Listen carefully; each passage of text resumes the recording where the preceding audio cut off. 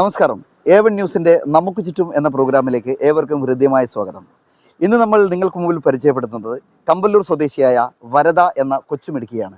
A1 news നമുക്ക് ചുറ്റും എന്ന പ്രോഗ്രാമിലൂടെ ഇതിനു മുമ്പും വരദ മോളെ നിങ്ങൾക്ക് മുമ്പിൽ പരിചയപ്പെടുത്തിയിട്ടുണ്ട്. ഇത്തവണ നമ്മളെ വീണ്ടും പരിചയപ്പെടുത്താനുള്ള കാരണം കമ്പല്ലൂർ ഭഗവതിയെക്കുറിച്ചുള്ള അതിമനോഹരമായ ഒരു ഗാനം ആലപിച്ച് അതിന് ഒരു അവാർഡ് കൂടി നേടിയിരിക്കുകയാണ് നമ്മുടെ ഈ കൊച്ചുമിടുക്കി. അപ്പം നമ്മുടെ ചെറുപുഴ JMUP സ്കൂളിലെ അധ്യാപകരായ ജയചന്ദ്രൻ മാഷിൻ്റെയും ഷീന ടീച്ചറുടെയും 3 മക്കളിൽ ഏറ്റവും ഇളയവളാണ് വരദ. ഇപ്പോൾ ചെറുപുഴ സെൻറ് മേരീസ് സ്കൂളിലെ 9ാം ക്ലാസ് വിദ്യാർത്ഥിനി കൂടിയാണ്. നമുക്ക് ഈ സന്തോഷത്തിൽ നമ്മുടെ വരദ മോളോടൊപ്പം നമുക്ക് പങ്കുചേരാം. നമസ്കാരം. മോളിൽ കഴിഞ്ഞ ദിവസം ഒരു അവാർഡ് കിട്ടിയെന്നൊക്കെ ഞങ്ങൾ അറിഞ്ഞു. അപ്പം നമ്മൾ ഇതിനു മുമ്പ് മോളുടെ ഒരു വീഡിയോ ചെയ്തിട്ടുണ്ടായിരുന്നു. അത് നല്ല രീതിയിൽ പ്രചരണം നേടിയൊരു വീഡിയോ ആയിരുന്നു. അപ്പോൾ മോൾക്ക് ഈ അവാർഡ് കിട്ടിയെന്ന് പറഞ്ഞാൽ എന്ത് അവാർഡാണ് കിട്ടിയത്? നമുക്ക് സ്പെഷ്യൽ ജൂറി അവാർഡാണ്. അതെവിടെ വെച്ചിട്ടാണ് അവാർഡ് ചടങ്ങ് നടന്നത്? തിരുവനന്തപുരം വെച്ചിട്ടായിരുന്നു. തിരുവനന്തപുരം. ആര്? അടൂർ ഗോപാലകൃഷ്ണൻ സാർ ഉദ്ഘാടനം ചെയ്ത് പണ്ഡിറ്റ് രമേശ് സാറിന്റെ അടുത്തായിരുന്നു എനിക്ക് അവാർഡ് കിട്ടിയത്. അവിടെയുള്ള അനുഭവം എന്തായിരുന്നു? അവിടെ ചെന്ന് കഴിഞ്ഞിട്ടുള്ളത് അവിടെ വരുമ്പം ഞാൻ ഇങ്ങനെ വടക്കേറ്റുന്ന ശരിക്കും തെക്കേറ്റേക്കുമ്പോൾ ആദ്യം കുറച്ചൊക്കെ ടെൻഷൻ ഉണ്ടായിരുന്നു. കാരണം ഇത്രയും വലിയൊരു അവാർഡൊക്കെ മേടിക്കുമ്പോൾ നല്ല ടെൻഷൻ ഉണ്ടായിരുന്നു.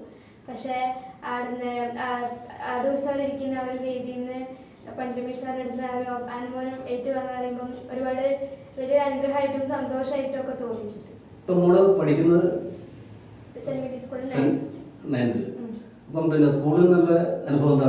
സ്കൂളിൽ ഞാൻ ഫസ്റ്റ് ഡേ പോയിട്ടുണ്ടായിരുന്നു. സെക്കൻഡ് ഡേ പോയ സമയത്ത് എനിക്ക് അവിടുന്ന് അസംബ്ലിയിൽ ഒരു പ്രത്യേക അനുഭവമൊക്കെ തന്നിട്ടുണ്ടായിരുന്നു. അതുപോലെ ടീച്ചേഴ്സ് എല്ലാവരും കൺഗ്രാറ്റ്സ് വന്നിട്ട് നല്ലോണം അഭിനയിച്ചിട്ടൊക്കെ.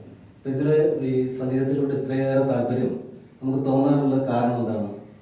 ഞാൻ സത്യം പറഞ്ഞാൽ പാട്ട് ഇങ്ങനെ പഠിക്കണം എന്ന് വിചാരിച്ചതല്ല. ഞാനൊരു തവണ സീഡിൻ്റെ ഒരു അനുമോദനത്തിന് വേണ്ടി സാറിൻ്റെ വീട്ടിൽ പോയിട്ടുണ്ടായിരുന്നു. എൻ്റെ സംഗീതാധ്യാപകൻ കുഞ്ഞികൃഷ്ണൻ സാറാണ്. അപ്പോൾ സാറിൻ്റെ അടുത്ത് ഞാനൊരു ദിവസം കോയിൻസിഡൻസ് ആയിട്ട് പോയതാണ്.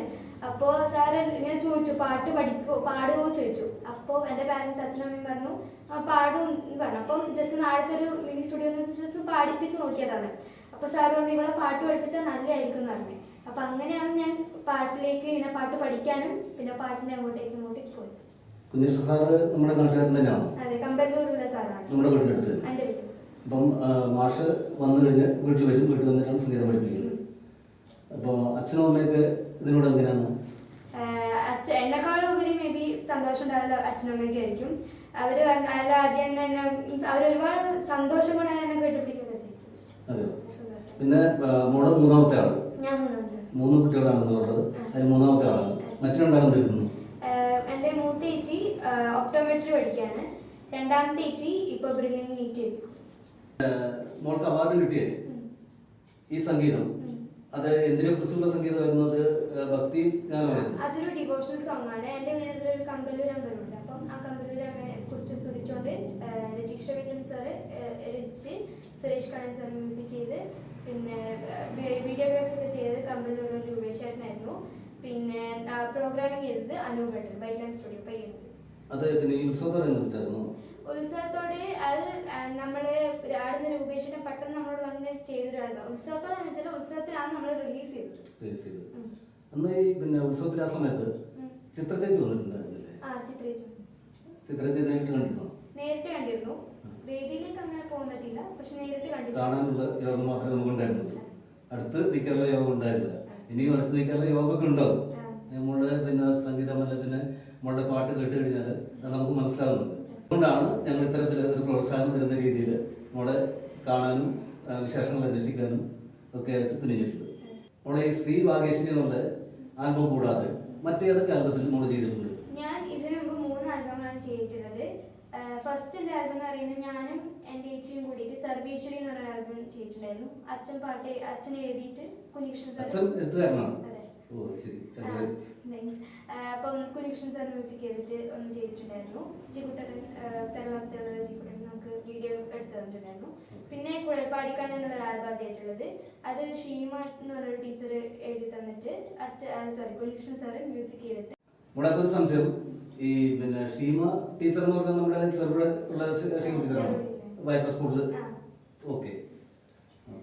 പിന്നെ ഞാൻ ചെയ്തിട്ടുള്ളത് ഇപ്പൊ ലാസ്റ്റ് വാഗീശ്വരി ചെയ്തു. വാഗീശ്വരിയാണ് ക്ലിക്കായത്. അവിടെ നമുക്ക് ഇപ്പോൾ കിട്ടിയ അവാർഡ് കിട്ടിയ പിന്നെ സംഗീതത്തിന്റെ 2 പ്രേക്ഷകർക്ക് വേണ്ടി വന്നു. ഓക്കെ.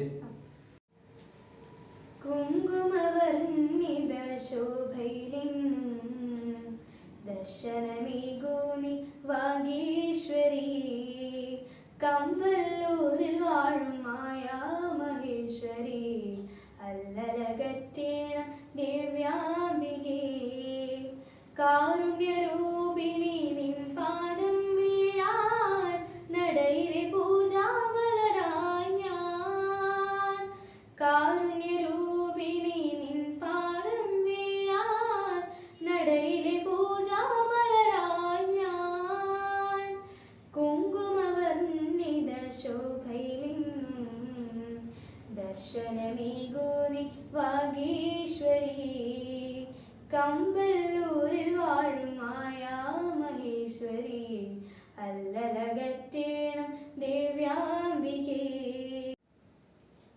കമ്പല്ലൂരമ്മയെ കുറിച്ചുള്ള ശ്രുതിമധുരമായ ഈ ഗാനം കേട്ടപ്പോൾ മനസ്സെന്തോ ഒരു കുളിർമയാണ് എനിക്ക് വന്നത്.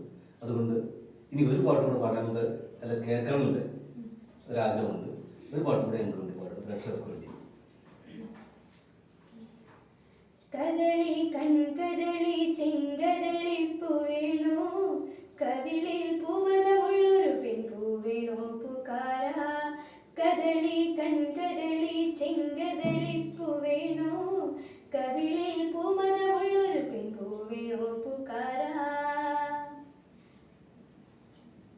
മുകളിൽ ജില ജില ജില ചിങ്കിലമോടെ മുകിൽ പൂ വിടത്തും പൊൻകുടക്കിഴേ, മുകളിൽ ചില ചില ചില ചിങ്കിലമോടെ മുകിൽ പൂ വിടത്തും പൊൻകുടക്കിഴേ, തരലേ തീവരമാലേ തരലേ താമര താലേ തെയ്യര തെയ്യര താരേ, കദളി കൺകദളി ചെങ്കദളിപ്പൂ വേണോ, കവിളിൽ പൂമരമുള്ളൊരു പെൺപൂ വേണോ പൂക്കാര.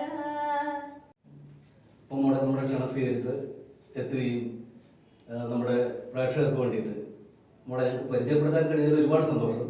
അതിനുവേണ്ടിയുള്ള അവസരം ഞങ്ങളെ വിളിച്ചപ്പോൾ എത്താൻ കാണിച്ച നല്ല മനസ്സിന് 1000 നന്ദി അവൻ്റെ പേരിൽ ഞങ്ങൾ അർപ്പിക്കുകയാണ്.